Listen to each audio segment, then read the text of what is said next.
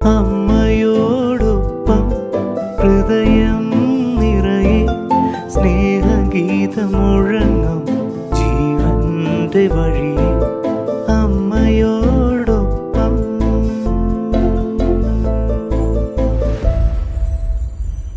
വിശുദ്ധ ലൂക്കോയുടെ സുവിശേഷം 1-ാം അധ്യായത്തിൽ പരിശുദ്ധ അമ്മ തന്റെ ഇളയമ്മയായ എലിസബത്തിനെ സന്ദർശിക്കുന്ന വചനഭാഗം നമുക്ക് തരുന്ന ഒരു ചിന്ത പങ്കുവെക്കട്ടെ.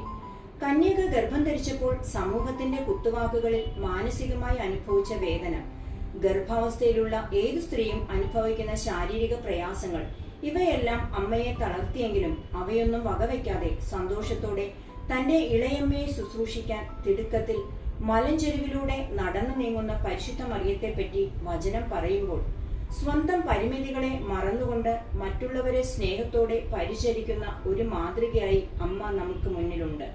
നമുക്കും പ്രാർത്ഥിക്കാം.